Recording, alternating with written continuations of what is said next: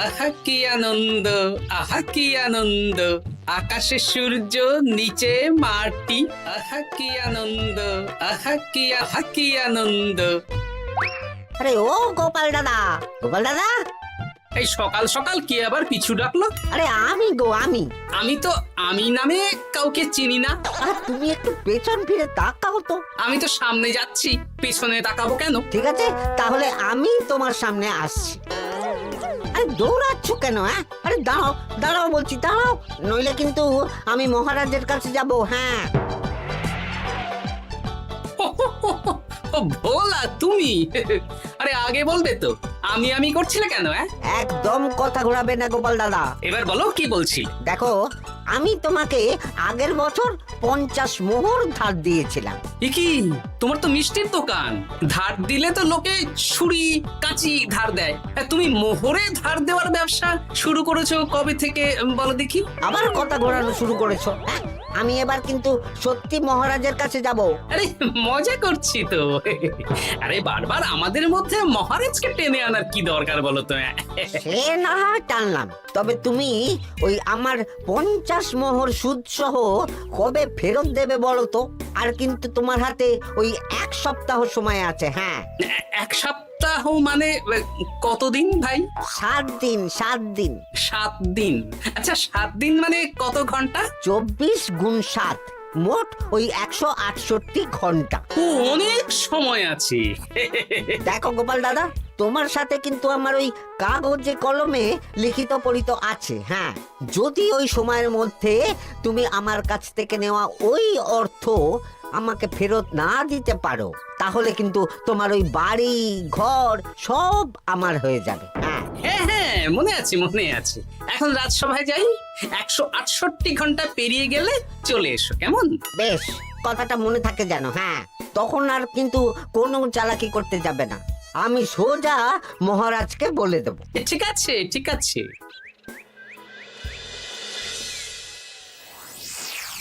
দেখুন মহারাজ, নিজের চোখেই দেখুন, সবাই হাজির, শুধু গোপাল ধা। সত্যি গোপাল ইদানিং আবার দেরি করে আসা শুরু করেছে। ওকে আচ্ছা করে ধোলাই দিন, তাহলেই চলে আসবে। কাজের কাজ তো কিছু করে না, শুধু বসে থাকে, তাতেও এই। যা বলেছেন মন্ত্রী মশাই। আমার মতে গোপালকে রাজসভাতেই বেঁধে রাখুন, তাহলে আর বাড়িতে যেতেও হবে না, আর দেরি করে আসবেও না। রোজ রোজ গোপাল করে রাজসভায় আসতে দেরি, তাই এবার তার পায়ে পড়াতে হবে বেড়ি। এই তো মহারাজ চলে এসেছি। আর বলবেন না, রাস্তায় ভোলা ময়রা চেপে ধরছিল। থাক, আর অজুহাত দিতে হবে না। নেহাত ভাগ্যের জোরে এই রাজসভার চাকরিটা পেয়েছিল।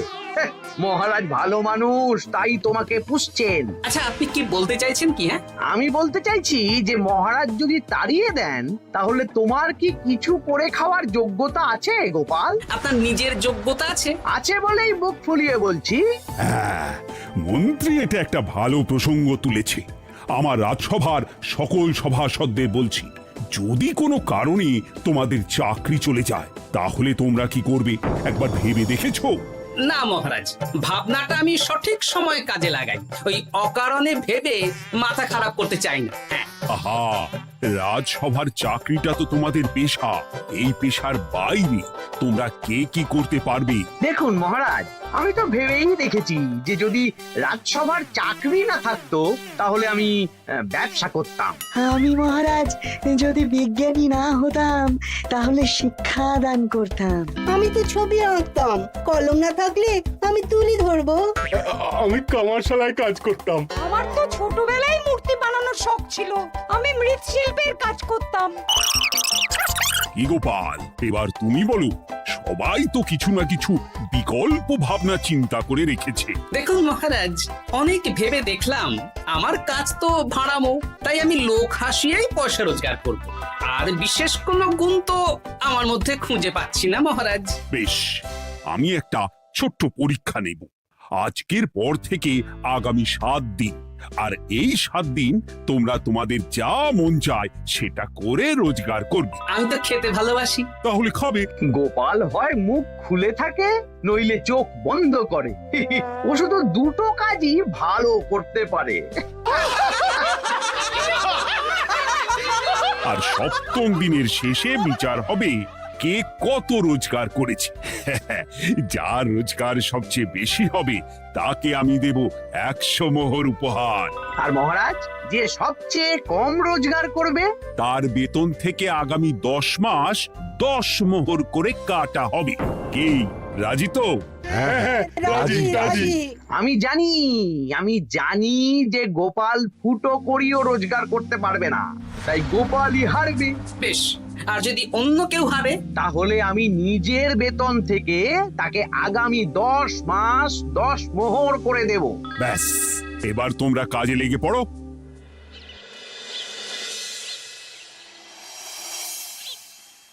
এ কি গিন্নি, আজকেও নিরামিষ? হ্যাঁ, আজকেও নিরামিষ খেতে হয়। হ্যাঁ, রোজই তো কিছু না কিছু একটা লেগে আছে তোমার। আমাদের পুরো শরীরটাই তো আমিষ। হ্যাঁ, তাহলে আমিষ খেতে বাধা কিসের বলো দেখি? বেশি তর্ক করতে হবে না বাপু, তা তোমাকে ডিম বানিয়ে দেবো। হ্যাঁ, না, আমি মানুষই ঠিক আছি গিন্নি। আরে তোমাকে ডিম বানাবো বলেছি নাকি? আমি বললাম তোমার জন্য ডিম বানিয়ে দেবো। জন্যটা তো বলনি তখন। আরে তাড়াতাড়ি দাও, তাড়াতাড়ি দাও। এখন কদিন শুধু খাবো আর ঘুমাবো, 7 দিন ছুটি। ছুটি মানে? সেসব পরে বলবো গিন্নি। যাও গিয়ে ডিম সেদ্ধ বসাও।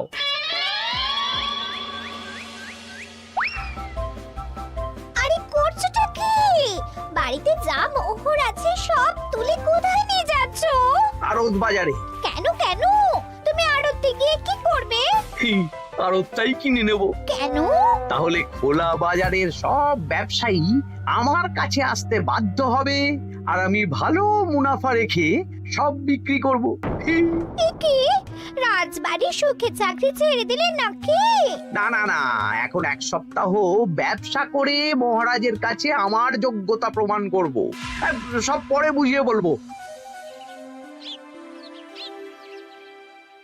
হ্যাঁ, আমি আপনাকে সব শিখিয়ে দেব। তাহলে ভাই ওই আগামীকাল সকাল থেকে কাজে লেগে পড়বো, কেমন? তাহলে বুঝতে পারলেন তো যে কি করতে হবে? হ্যাঁ হ্যাঁ জমিদার মশাই, কবিতা লেখা যেমন আমার পেশা, তেমনি চিত্রশিল্প আমার নেশা। তাহলে তো আর কোনো চিন্তাই নেই। আশা করি খুব সুন্দর ছবি আঁকবেন। আপনি 1 সপ্তাহ পর এই মন্দির চিনতেই পারবেন না। এই নিন আপনার জন্য 50 মোহর অগ্রিম। মন্দিরের চিত্রকলা শেষ হয়ে গেলে আরো 50 মোহর দেব, ঠিক আছে? বেশ।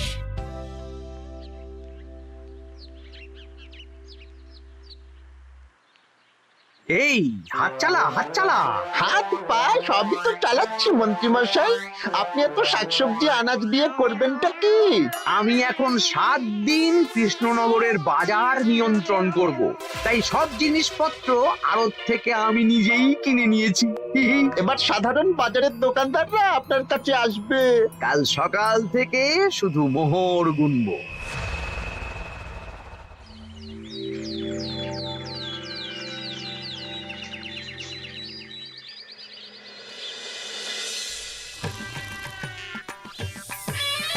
আরে এত বেলা হয়ে গেল, আর কত পড়ে পড়ে তুমি ঘুমোবে? এত লম্বা ছুটি পেয়েছি, এখন তো বিশ্রাম নিতেই হবে গিন্নি। কিন্তু পুকুর ঘাটে গিয়ে তো আমি অন্য কথা শুনলাম। তুমি আবার কি শুনেছো? তোমাদের মহারাজ নাকি বলেছেন আগামী 1 সপ্তাহ তোমরা সকল সভাসদেরা ওই সকল সভাসদেরা নিজের ইচ্ছে মতো কাজ করে রোজগার করব। আমার কাজ তো ভাড়ামো করা, তাই ভাড়ামোর সুযোগ এলে সেটাই করব। কিন্তু যদি সুযোগ না আসে, তাছাড়া যার রোজগার সবচেয়ে কম হবে তার তো বেতন থেকে 100 মোহর কাটা হবে গো। এই খবর পেয়ে গেছো? বাবা, পুকুর ঘাট না পরনিন্দা পরচর্চা কেন্দ্র? হ্যাঁ, ওসব বাজে কথা বাদ দিয়ে কোনো কাজ শুরু করো, কাজ শুরু করো। এরকম গা এলিয়ে শুয়ে থাকলে ভগবান এসে তোমাকে পয়সা দিয়ে যাবে না গো। গোপাল দাদা, ও গোপাল দাদা, বলছি গোপাল দাদা, কি খবর গো? এই তো গতকাল তোমার সাথে কথা হলো, আজ একেবারে বাড়িতেই চলে এসেছো। তোমার যা হালচাল তাতে তো মনে হচ্ছে ওই কদিন পরে বাড়িটা আমারই হবে। আর সেই আশাতেই বসে থাকো। এই ভোলাময়রা এসেছে কেন গো? এসব কি বলছে? মা ঠাকুরুন, আপনার কাছে আর কি লুকাবো? বহুদিন আগে গোপাল দাদা আমার কাছে 50 মোহর ধার নিয়েছিল। সেই ধারের থেকে 5 মোহরা এখনো আমাকে শোধ করেনি। সে কি? হ্যাঁ, শর্ত অনুযায়ী যদি গোপাল দাদা আগামী ওই 6 দিনের মধ্যে ধার না শোধ করতে পারে তাহলে এই বাড়ি আমার হয়ে যাবে। তুমি আমাকে এত বড় কথা লুকিয়ে রেখেছো? হ্যাঁ, না আমি বলবো বলবো করে বলা হয়ে ওঠেনি আর কি। এবার আপনি দেখুন গিন্নিমা কি করবেন। ভিটে মাটি ছেড়ে কোথায় গিয়ে উঠবেন দেখুন। কি গো, এতেও তোমার হুঁশ হয় না? হ্যাঁ? ধুর, এই অযথা চিন্তা করো না তো, কিছু না কিছু একটা হয়ে যাবে।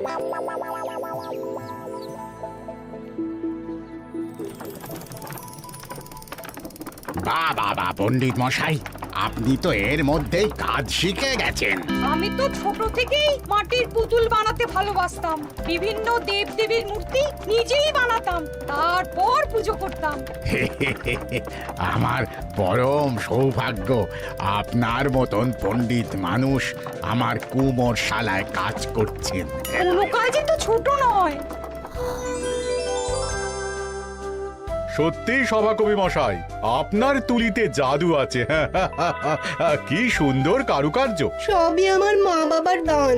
আমার বাবা খুব বড় চিত্রশিল্পী ছিলেন, উনি হাতে ধরে আমাকে ছবি আঁকা শিখিয়েছেন। বাহ বাহ বাহ বাহ।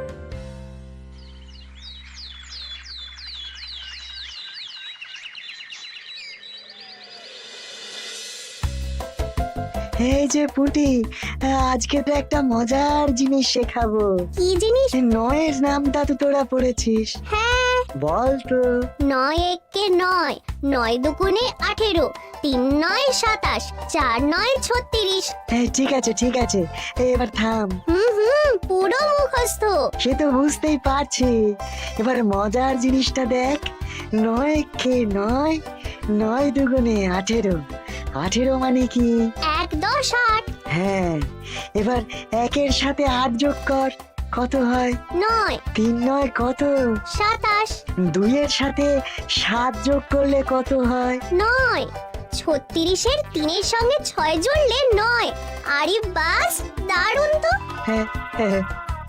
সত্যি বিজ্ঞানী মশাই, আপনি কি সুন্দরভাবে পড়া বোঝান। এটা তো আমার নেশা।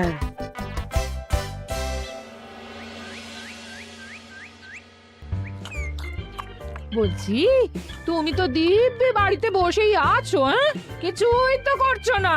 সত্যি বলো তো, তুমি ভাড়ামো ছাড়া আর কি কিছু করতে পারো? হ্যাঁ, এই আদেশ করতে পারি। গেনি একটু তরকারি দাও তো, জলের ঘটিটা দাও না। যত সব। আচ্ছা, সত্যি তো ভাড় না হলে আমি কি হতাম? আমি কুমোর হতাম। মাটির কাজ শুনেছি খুব সোজা। যাই, কুমোর পাড়ায় যাই।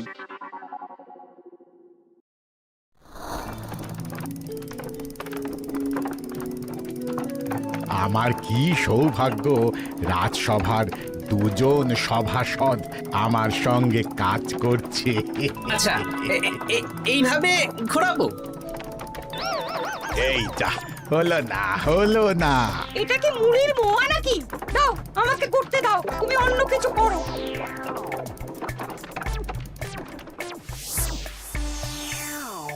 বলো গোপাল দাদা, কি দেবো? মুড়ির মোয়া, তিলের নাড়ু? আমি কিনবো না গো, বানাবো। হ্যাঁ, কি বানাবে? ওই মুড়ির মোয়া। কদিনের জন্য আমার একটা কাজ দরকার, বুঝলে? তা বেশ, তাহলে এসো, এই পিছনেই আমার কারখানা, গুড় মুড়ি সব রাখা আছে, বানাও।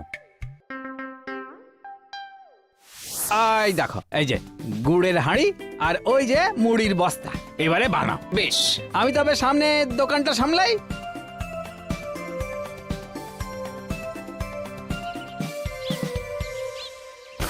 এ কিসের আওয়াজ হলো? আরে আরে আরে, এ কি করলে গোপাল দাদা? আর বলো না, ওই গুড়টা ঢালতে গিয়ে হাঁড়িটা হাত ফসকে পড়ে গেল। এই তুমি যাও তো, তোমাকে কিচ্ছু করতে হবে না, যত সব বিপদ বাড়ানো।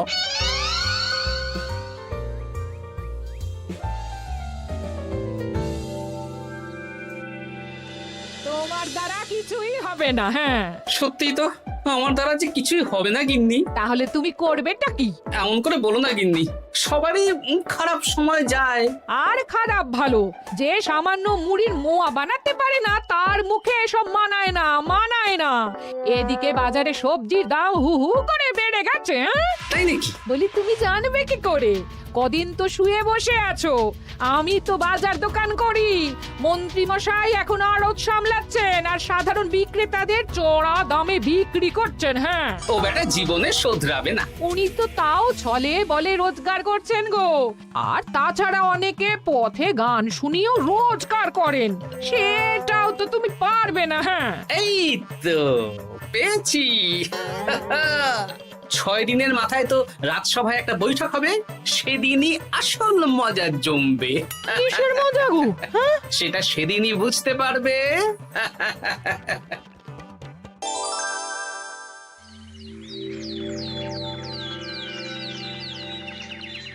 তারপর বলো, আজ তো ষষ্ঠ দিন, আজ অবধি তোমরা কে কত কত রোজগার করেছো? মহারাজ, আমি এখনো অবধি 200 মোহর। বাহ বাহ বাহ, আমি মহারাজ 15 মোহর। হ্যাঁ, আমি 5 মোহর।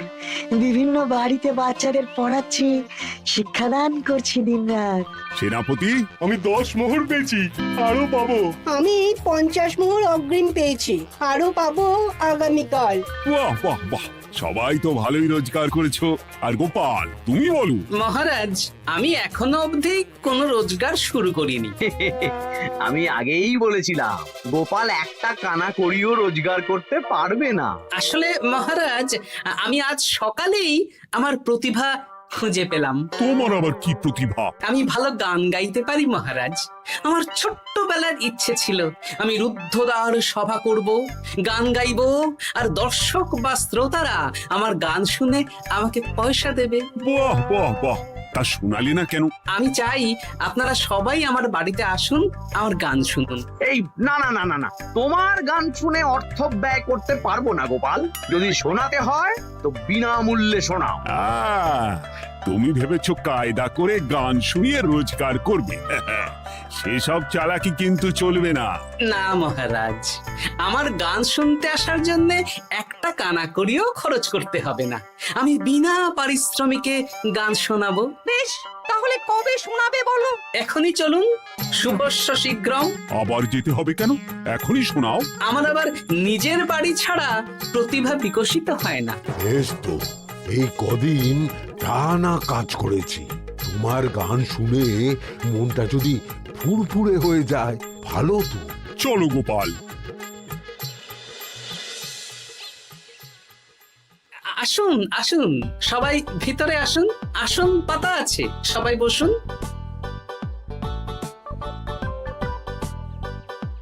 নাও, এবার গান শুরু করো। দাঁড়ান মহারাজ, আমার গান আমি বাইরের লোককে শোনাতে চাই না। কু কু বাবা, আবার কোকিলের মতন আওয়াজ করছে। কু।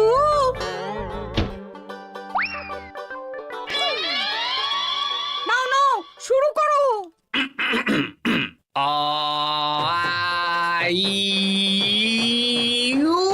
ওরে বাবা রে বাবা, আরে এত চিৎকার করছো কেন? থামো থামো থামো। এটা ভালো লাগছে না, অন্য গান শোনাচ্ছি তাহলে। আকাশে মেঘে বাতাসে বায়ু, জ্যোতিষী বলেছে আমার 100 বছর আয়ু। আরে থামো থামো, আরে কান ঝালাপালা হয়ে গেল। না, থামতে আমি পারবো না, গান শুনতেই হবে। ওরে ওরে বাবা রে বাবা, এই কানে তালা লেগে গেল, আমি পালাই। পালাতে পারবেন না, বাইরেও তালা দেওয়া আছে। বাইরে তালা খুলতে বলো। বাইরে বেরোতে হলে প্রত্যেককে 100 মোহর দিতে হবে। আমরা তো আগেই বলে দিয়েছি, তোমার গান শোনার জন্য কোনো পয়সা দিতে পারবো না। এটা তো গান শোনার জন্য নয়, বাইরে যাওয়ার জন্য। আমার গান শুনতে আসার জন্য কোনো অর্থ লাগে না। গান শুনে বাইরে বেরোতে গেলে অর্থ লাগবে, জনপ্রতি 100 মোহর মাত্র। কি জ্বালাতন! হয় দিন, নইলে আবার শুরু করছি। থামো থামো। আপনারা কি সবাই দেবেন না এখানেই থাকবেন? এই আরে, আমার কাছে এখন 50 মতন মোহর আছে। আমার কাছে 5 মোহর আছে। সে আমি লোক পাঠাচ্ছি আপনাদের সবার বাড়িতে, পুরো অর্থ পাবো, তারপর সবাইকে ছাড়বো। আচ্ছা, এটা কি ঠিক করলে গোপাল? দেখুন মহারাজ, আমি কথা নিয়ে খেলি। সব সভাসদেরা 6 দিন খেটে যা না রোজগার করেছে, আমি শুধু বুদ্ধির জোরে আর ভাড়ামো করে ঘন্টা খানিকের মধ্যে তার থেকে বেশি রোজগার করে নিলাম। যদিও এখনো একদিন সময় আছে। সত্যি গোপাল, তোমার বুদ্ধির জবাব নেই। মন্ত্রী মশাই, যে সবচেয়ে কম রোজগার করবে আপনাকে কিন্তু তাকে আগামী 10 মাস 10 মোহর করে দিতে হবে। হ্যাঁ নয় হ্যাঁ, এরকমই তো তুমি মুখ বড় করে বলেছিলে। গিন্নি কই গো, ভোলাকে ডেকে আনো, ওর ধার আজকেই শোধ করে দেব। হ্যাঁ যাচ্ছি। হ্যাঁ, আমরাও যাচ্ছি। গোপাল, কালকে রাজসভায় এসে তোমার পুরস্কারের অর্থটাও নিয়ে যেও। সে তো নিশ্চয়ই।